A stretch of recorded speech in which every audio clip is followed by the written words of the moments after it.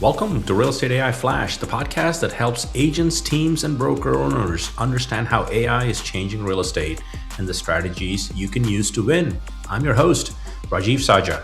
In today's episode, we explore how AI is moving beyond efficiency and becoming a true performance multiplier for agents, teams, and brokerages. I'm joined by Chris Watters, CEO of Watters International Realty and founder of RealSync, from Austin, Texas, who shares how AI-powered coaching, autonomous agents, and conversion-focused systems are helping agents improve appointment conversion, close more business, and make better decisions at scale. We also dive into how AI can act like a virtual ride-along, helping agents improve in real time by analyzing conversations, identifying missed opportunities, and strengthening client interactions. Let's dig in with Chris. Well, welcome to another episode 125 of the Real Estate AI Flash. And we have Chris Watters, CEO of Watters International Realty from Austin, Texas. Chris, I think you're the second guest from Austin. So 125 episodes, second guest from Austin. But I'm super excited and thrilled that you're here because I think we're going to add some good value to our listening audience or people that are watching us on YouTube. So Chris, welcome to the podcast. Thanks for having me. Yeah, looking forward. I'm glad you reached out, we connected, and we finally got it scheduled, and here we are. You're in a highly important role in the MLS world. Well, I don't know if you know this, but I was with Berkshire Hathaway for 2 decades prior to that, home services, in the MarTech role. And when I felt like AI was sort of becoming this transformative force, it just was a logical next step for me to make this a full-time role. Transforming an enterprise, and I do this podcasting also, which is interesting. I get to talk to smart people like you. So I'm blessed. So in the technical green room, we were talking about all the things you've done leading up to where you are today. So I'd love for the listening audience to kind of get to know you in terms of you've been in the business for 20 years. You've seen most of it. You've seen in terms of how this industry has evolved. Share the listening audience. How do you get into real estate and bring us to today? Yeah. So 20 years ago, got licensed out of college as an agent. And I come from a family, as I was telling you, of like engineers and technologists. Yeah. And, but I'm also a high driver personality. And I was going on job interviews out of college, and I just I don't know. It was, I have an entrepreneurial spirit, and I was going on these interviews and people would be interviewing me. And I don't know, I don't want this to come off like egotistical, but like people would be interviewing me and I'm like, you should be working for me. Like I shouldn't be working for you. And, I had this business. I had a little lawn care and landscaping business to pay my way through college. And it wasn't just a small little business. We were doing a couple $100,000 a year in revenue. And I was, going to school 15 hours a semester. Like I had a full-time gig, but I also had employees and trucks and all that stuff. And so anyways, had an entrepreneurial spirit, and I had a customer tell me to go into real estate, and I got in really quickly. And this was about the time Google AdWords launched their algorithm in 2006. Yeah. And so I I quickly dove into working buyer and seller leads through Google AdWords. And then I, became like fascinated with SEO and just the algorithm, generally speaking, and, started selling a lot of homes. And got to a point where there just weren't enough hours in the day for me to follow up with all the leads. And so then I started hiring other people underneath me. And I officially started I started an independent brokerage using the team model, which Gary Keller referenced back in, his book, and, grew super fast. I've had a lot of people tell me I grew the team model faster than anybody in the history of the industry. Went from, basically zero to, 325 closings in 24 months with a team of very few people. Like we had, I think, 6 or 7 agents. And then I basically took our operating playbook and I started giving it to other people around the US. And then other people started growing from being solo agents, doing 25, 30 deals a year to 300 and 400 deals per year. And, these were at very high profit margins. So, 20, 30, 35% EBITDA. And I've, helped multiple teams get to a point where, they have leadership teams in place and the businesses, are pretty sustainable. And so around 2019 is, our kind of network was generating tens of millions of dollars in commissions, and I decided to hire a leadership team to kind of take over the brokerage org in that ecosystem, and got heavily involved in tech about 7 years ago, and founded and started a tech company called RealSync. So that's kind of the 60-second version of my backstory. Yeah. And so now you're the CEO of Watters International Realty. So that's a brokerage, I'm assuming, right? It's a brokerage. We're also a licensed franchisor. We also have a licensing product for folks. Cool. Yeah. So how many agents at your brokerage now? Whether it's So we have 4 corporate stores, like one in Austin, one in San Antonio, one between Killeen and Waco, one in DFW. And then we're in, I think it's 8 or 9 other markets across the U.S. that are franchisees. okay. And then we have a group, like a small handful of people that are like take advantage of all of our licensing products. Sure. And then yeah, and then our company RealSync has worked with thousands and thousands and thousands of brokerages. Yeah. So you have like 4 company-owned stores and a few locations more than that franchising across the country. Yep. Cool. Mm-hmm. So what was your first like light bulb moment with AI? I mean, the very first thing several years ago was just using it to write, like having our team use it for copywriting. Yeah. Writing like marketing descriptions Amazing. and stuff like Yeah. that. Like that was probably the very first, kind of like, oh, that's kind of neat. I would say, the past, the past 12 to 18 months has just been a like massive radical shift, and as you and I were talking about before, this whole like, concept of autonomous AI agents that do tasks for you is like, I mean, that's going to be the game changer, right? I think It's this is like the year the for whole like, agents for sure. This is the year for autonomous agents. yeah, I think for anybody listening to the show, it's like ChatGPT, as people know of it, is like elementary school, and then like autonomous AI agents is like middle school, high school, college. That might be super intelligence. So, anyways, yeah, anybody listening, I'd encourage them, go use ChatGPT and like understand like what it is, but I watched this documentary on Netflix recently. God, I forgot what it was called. This guy interviews like half of like the world's most sought after AI experts that are thinking like AI is basically going to kill the human race, and like they have 100% conviction that like this is going to happen. And then he interviewed these other people that are like, just incredibly optimistic about the future of AI. And he brought in like literally the world's best, foremost leaders of AI. And they all have really, really good arguments. And the guy that like kind of did the documentary or whatever, asked, we're talking like Sam Altman and like all the guys, right? He had in the interviews, and you see it on the documentary. He's like, "What is AI?" And like every person kind of gave a little bit of a different answer. But there was one guy that I feel like gave like the best answer, which is, at the most fundamental level, human intelligence is essentially being able to store information and have pattern recognition, right? And so like that's essentially like, for I think brokers and team owners out there, like think about AI as this tool that can store a massive amount of information and help predict based off all that information what's going to happen next.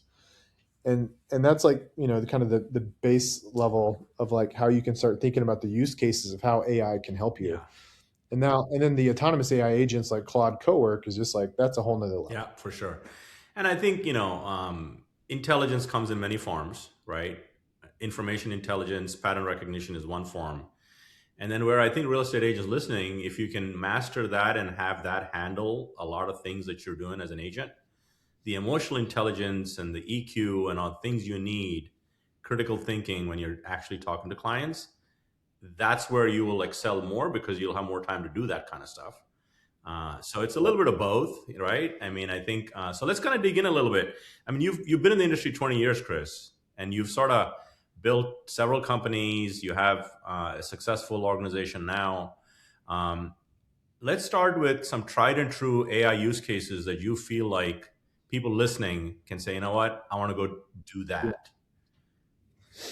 Start Yep. where we want to start. Um, I mean, some of the most exciting ones is very simplistically like putting listings in the MLS on your behalf. So we'll connect Claude Cowork, for example, to our G Drive, which is where we store all of the pictures for properties, right? And we will literally put in a task in Claude Cowork to put all of the information into the MLS for a listing and pull in the photos. um, so I mean that's like one simple use case. Another great use case is like, we used to previously pay companies to like virtually stage Yeah, rooms, and then we used to also pay for like a human to do like photo editing, like, take out the yeah, shadows in a sure, yeah. picture, get rid of the sunburst Or the coming through the snow if you're in window. the Northeast, you don't see that obviously in Yeah. Austin. I mean, we're not like manipulating the photo to where it's unrealistic. We're just trying to polish the photo Yeah, up just like any photographer would do.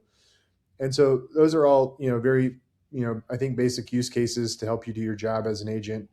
Um, there's there's some more advanced stuff we're using. I don't know if I should get into that, but um, one of the biggest challenges as an agent, or a team owner that's trying to help agents succeed is like it's very time consuming to help agents beyond the classroom. yeah, And so what I mean is like I think a lot of brokerages, for the most part, no matter what company, no matter what brand, like they all do a really great job training agents. But like where learning adaptation happens is out in the field. yeah, And the the agent's broker or the trainers, like there's just not enough hours in the day for them to do ride-alongs with the agent to make sure that they're correcting them on the spot. And there's not enough time in the day for them to like listen to them on the calls, to like hear what they're saying to prospects, to make sure they're saying the right things. And so now with like AI, it's totally possible to do essentially like virtual ride-alongs, meaning like what we have set up on the RealSync mobile app is it records the face-to-face meeting, and again through pattern yeah, recognition is telling the agents what they did good and what they did bad, and then it's sending a report to the team owner so that the team owner can have a conversation with them and kind of help them navigate how to do better next yeah, time. um, and then same with on the phone, like when somebody calls in on a for sale sign, like making sure you've got the right script, you're saying the right thing on the phone. um, the AI is listening to it, digesting it, transcribing it, and then giving recommendations based off lots and lots of phone calls on how to improve the consumer experience, how to get more clients. um, I think that's probably the most those are some of the most exciting use cases in my yeah, opinion. The like a lot of agents, they're there's a lot of things they can do with the AI, like the autonomous agents, that can like help them be more efficient. But still, at the end of the day, like I remember somebody told me Keller Williams is the least efficient real estate organization on planet Earth, but they are the number one most effective real estate company on planet Earth. Meaning, like, they do over 1 million transactions, but they're inefficient because each agent's average number of deals per year is only 3.5. And so, like, the reason I bring that up is like, as an agent, if you're selling 20 or 30 homes, for example, like, there's only so far you can push efficiency, yeah, right? Like, sure, you can save 10 hours a week or whatever, 15 hours a week using AI agents, but it's not going to make you more money. It's going to make you more efficient, and you won't have to work as hard. But if you're going to make more money, the way you make more money is you improve your skills at meeting new people and getting them converted to being increasing clients. conversion rate. So you've touched on a bunch of things there. So I just want to kind of unpack a couple of things. So you mentioned, early on you mentioned, so if you're listening to this and you've not done virtual staging with ChatGPT, Image Gen 2, the most recent released one is awesome. Nano Banana in Google. So the way you dabble with these things is kind of try one use case and you learn. You get the only reason Chris is up here and we're talking about this is he's had way too many light bulb moments with AI and knows what's possible, right? Yeah. Basically. Yep. And so A lot the of light journey you bulb go on, and then you look at, whether it's if you have a Claude subscription, first of all, if you don't have a subscription of any AI tool, what are you doing? Right? Yeah. So if you want to be an AI fluent agent in 2026 and beyond, you need to subscribe to tools and get the maximum output. So I want to kind of double click a little bit and help people understand where we are with co-work.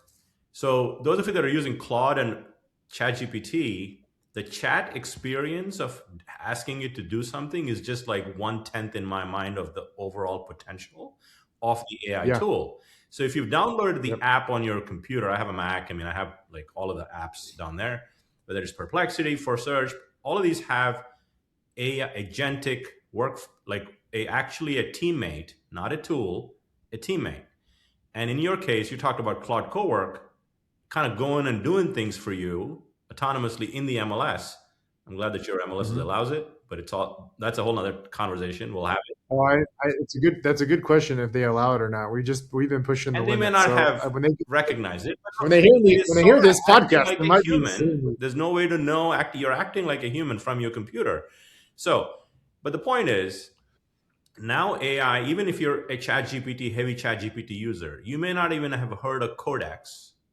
Codex app on your computer can do a lot of things if you're a Claude user that Cowork does. Obviously, Cowork's a little bit more polished in my mind at the time of this recording. Perplexity Computer, I played with it. It does magical stuff. Basically, it's doing stuff on your computer while you can go eat lunch and come back, and it does stuff for you. yeah. So I think, and then we'll start to see this evolution where everything is inside of AI, where market data is inside of AI. I mean, all these connectors that Claude has, OpenAI has, apps. I think that's the world we're headed into. So the more you're comfortable with this, you can begin to start to embrace those things based on where you are in your AI fluent journey. And so even if they don't have, and talk a little bit about is it RealSync app you talked about? Yep. Yeah, RealSync, the mobile So app, yeah. the concept I talk to agents about, Chris, is that most people don't realize that AI can actually coach you to be better at a lot of things. Like if you have a conversation, Mhm. simply have a Yeah. voice conversation with AI. I'm going into a Yep. challenging seller meeting, and here are the issues. Here's what I think. What am I missing? Like have a dialogue. Don't just look for Mhm. answers, right? Yeah. A sparring partner, I call it. So talk about a little bit about RealSync as we go into it. Yeah. Yeah. So when we started using Gemini and ChatGPT for like some of those interesting use cases, like helping an agent prepare for an Yeah. appointment, overcoming objections. And probably one of my biggest like learning lessons on my AI journey has been um, there's something very real called AI hallucinations. And another common phrase you'll hear a lot is AI slop, Oh meaning yeah. like it gives you answers, but the answers are not that accurate. And you have to be really careful because you may not even know they're not accurate, right? Like it's a field you're not very familiar with and it gives you an answer and you're like, oh, that's the truth. But if you hear Sam Altman in any interview, when he's on stage, Sam Altman always says, like, I can't believe people believe this with so much conviction to be true. Yeah. And so the reason there's AI slop in a lot of cases is because your individual like ChatGPT or Claude account is missing a lot of the data inputs or context.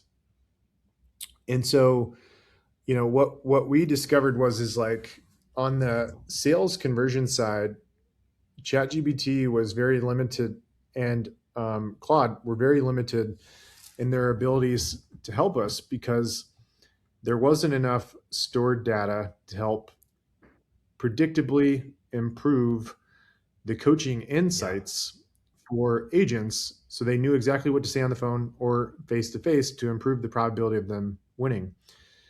And so, now we've since we basically created an app on top of the Google Gemini LLM.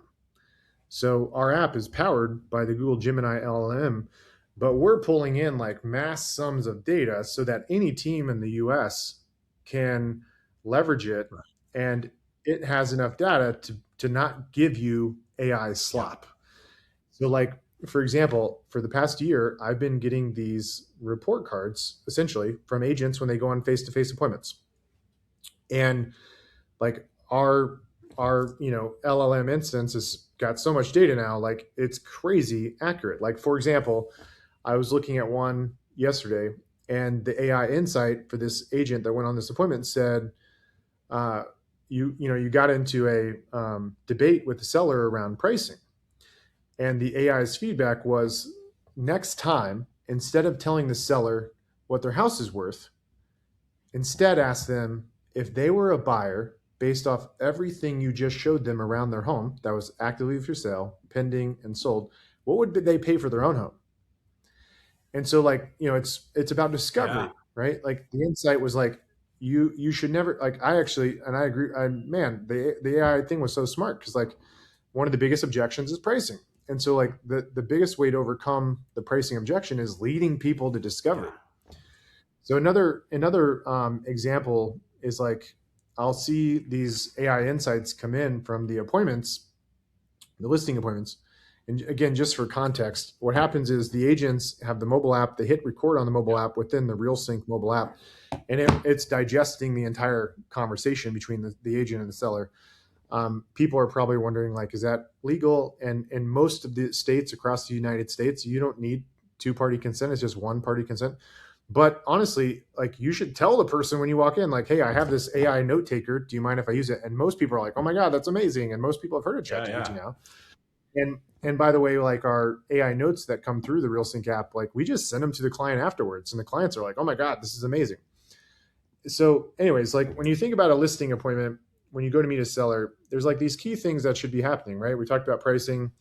Another big one, especially with MLSs, is all things related to property conditions, property features, and all these things, right? And so the AI is now at a point where it's like listening for how good of a job the agent does asking questions about the home.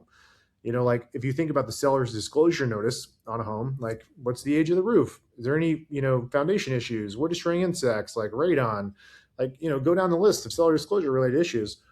The AI in this, call it report card thing, is got a whole section on all things related to property risk and property condition Yeah.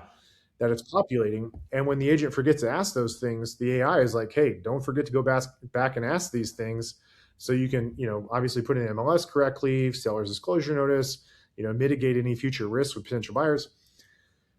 And then there's like, some other objections, like for example, around commissions. We'll see a lot of AI insights come across, and the agent, will get into a debate with the seller about commissions. And the AI insight is frequently saying, I'm seeing in this in the reports, the AI insights are telling the agents like, hey, you did not elaborate in depth on exactly what you're going to do to market their house for sale. I've seen instances where on the recordings, the agent like walked in, did a tour of the house, asked a bunch of questions about the house, showed him the CMA, all that kind of stuff, and then was like, hey, this is where we should price your house at. Here's what I charge. Like, and that was the gist of the appointment. And then they got hit with the commission objection. The seller's like, well, I'm not willing to pay 6% or whatever the percentages. Yeah. And the AI said, you need to articulate your value. You have to go deep into what you're going to be doing, from a marketing perspective to get the seller the best outcome. I've seen other AI insight reports where, the agent, again, you pick this up all in the transcripts. The AI is picking all this up in the transcripts.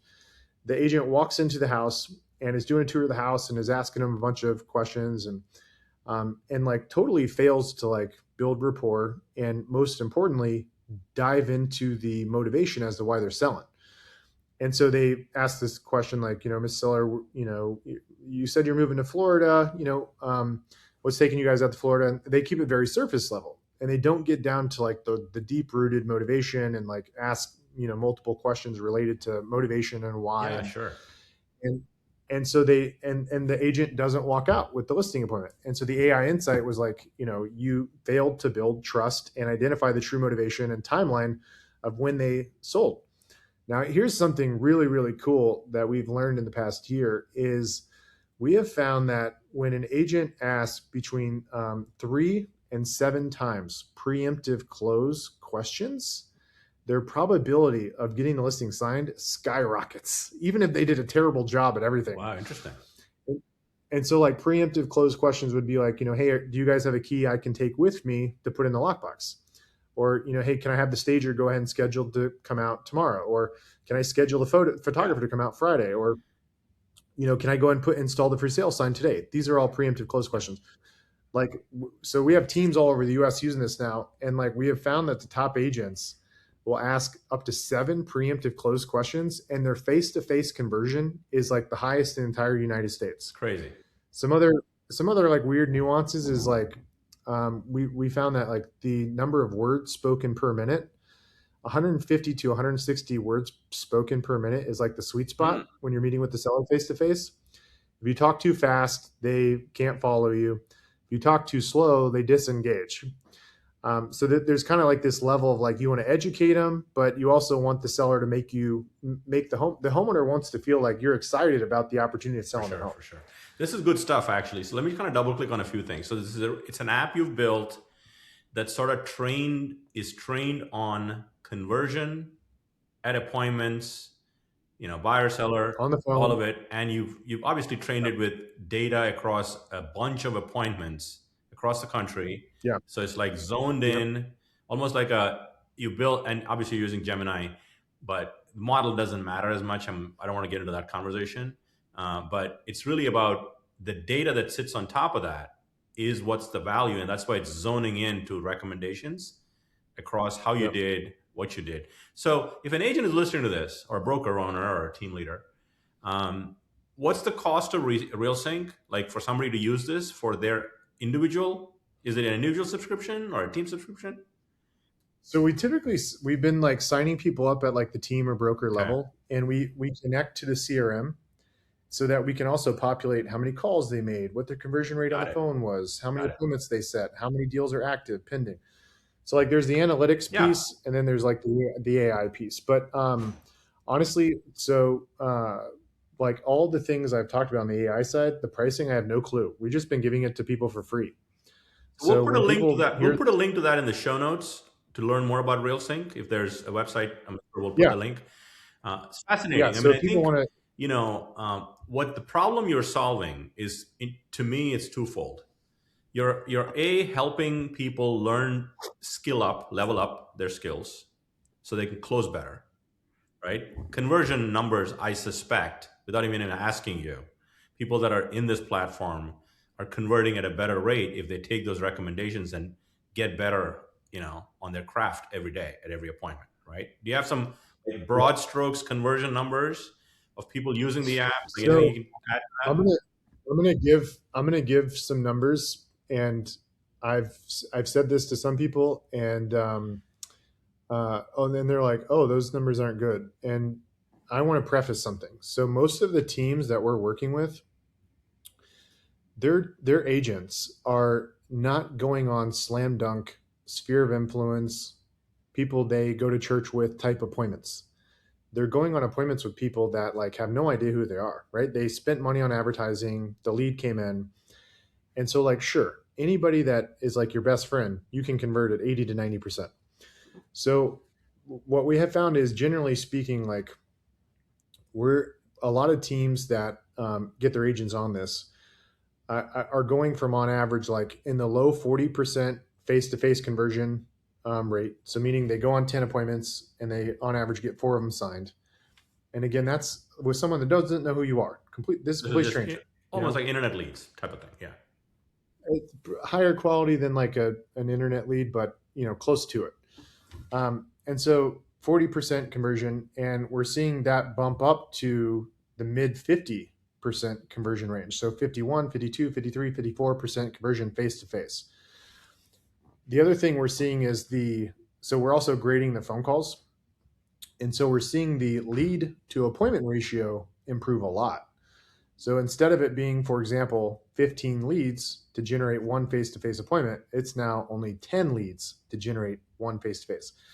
Now, anybody listening to this right now, if you write this down, if you improve those 2 conversion metrics from 15 to 1 to 10 to 1, when you reference lead to appointment, and you improve your face-to-face conversion from low 40s to call it Yeah. 50s, you literally doubled your revenue. And so this is exactly what happened to me in Austin. So anybody that knows anything about Austin, Texas, our market has been getting crushed. Prices are down massively, transaction counts down massively. Our market shot up like crazy during COVID and then it went crashing Yeah. down. And so I literally saw our revenue like nosedive 50% because prices were going down, so our commissions went down. Transaction counts went down. The number of listings failing to sell skyrocketed. So it's like all the metrics were terrible, like that's not ideal, right? And we started putting this in place with my group almost a year ago, and we improved these two metrics, and we literally went from 500 bringing in 500 grand in commissions in a month to $1 million in commission. Literally doubled commission dollars in a month, just based off two tiny improvements, which was the lead to appointment On the ratio close. and your Yeah. face-to-face That's conversion. awesome. Yeah, no, I think this is a really good conversation for agents to think about. Even without AI, those are metrics you should track.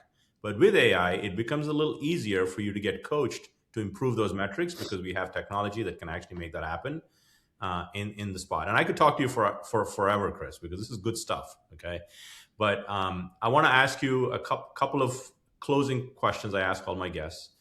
Um, you you've been in the industry 20 years. If you had to give an advice to your younger self or an agent, one piece of advice, it doesn't have to be tech, it could be personal, professional, it doesn't matter. Yeah, That would actually move the needle for them if they just kind of applied that advice to their business. What would that be for you? yeah, man. I got interviewed by those kids that have that podcast called the School of Hard Knocks, Yeah. and it got millions and millions of hits. It was crazy, and like I literally say the same thing whether it's on that podcast or if anybody asks me that question. Like I literally believe like the one singular decision you can make that can have the most profound impact on your life is go find somebody that is where you want to be and try to be mentored or coached by Yeah. them. Like, the real estate industry has been around a long time. National Association of Realtors got formed in 1908. So like there's been a lot of people that have found success. So like if at any point as an agent or team owner or broker, you find yourself guessing, you need to stop because there's been a lot of people that have already figured this Yeah. out.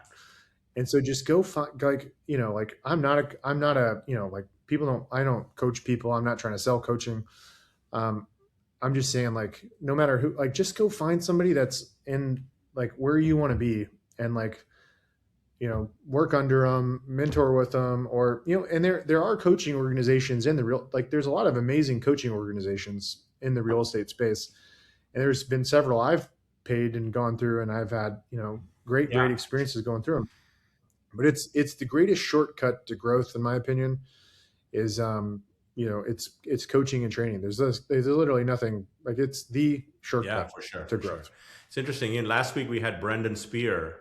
He said the same thing. If you're a new agent, you should join a team led by somebody. I mean, that sort of similar, but your point is well received. Coaching and training is monumental. Fast traction The to hard success. part, Yeah, for sure. I mean, when I started in real estate, I was 21 years old. And so, like, I mean, for a young person back then, like, I was not humble. I was not teachable. Like, excuse me, coachable. I didn't realize how important coaching was until I fell on my face and was very much humbled. Yeah. So, I yeah, tell this to people, Chris, that it's always easy to connect the dots looking back than the connecting dots looking ahead. So taking your advice that you've said, I yeah. think is very valuable. So last question, are you a book or a podcast person, Chris? I like You like both. both. So Yeah, I like pick one both. of those and give me one book or podcast that's been deeply influential in shaping who you are.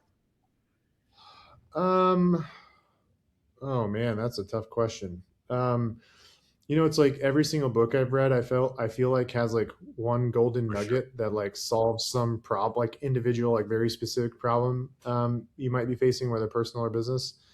Um, I'll share with you guys a book that got published recently that I'm a big fan of right now. I have two kids. I've got a 6-year-old and a 9-year-old, two girls, And I always was like, I've thought since they were born, I was like, man, I need to like write a book or something that's like a guide to life, Yeah. and try to teach them all the lessons of like, what to do and what not to do from all my screw ups.